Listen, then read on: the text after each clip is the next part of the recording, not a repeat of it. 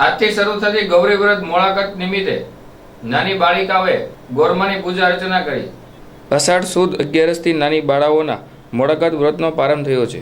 નાની બાળાઓ જુવારા ઉગાવી આજે ભોળાનાથના મંદિર જુવારા અને ગોરમાનું પૂજન કર્યું હતું। 5 દિવસના વ્રત દરમિયાન મીઠા વગરનું મોળું ખાઈને એકટાણા કરે છે।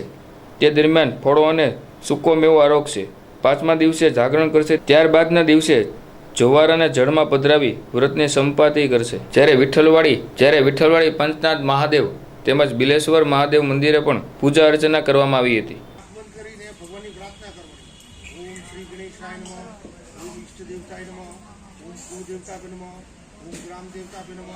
ओम माता पिताय नमो ओम रुद्राद्रममवेस्पातु ब्रह्माति पुरुषमाति सारवाति सुगुरुते विद्यावदेस्य विद्याता नमो नमो बोलतो आत्मनो श्रीति आत्मा पाणी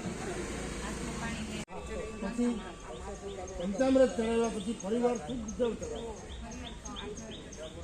ઓમ ગંગે જમુ જગન્નાથ સરસ્વતી કાવેરી નર્મદા। ત્યારબાદ વસ્ત્ર ચડાવો નાગલાને હાડ।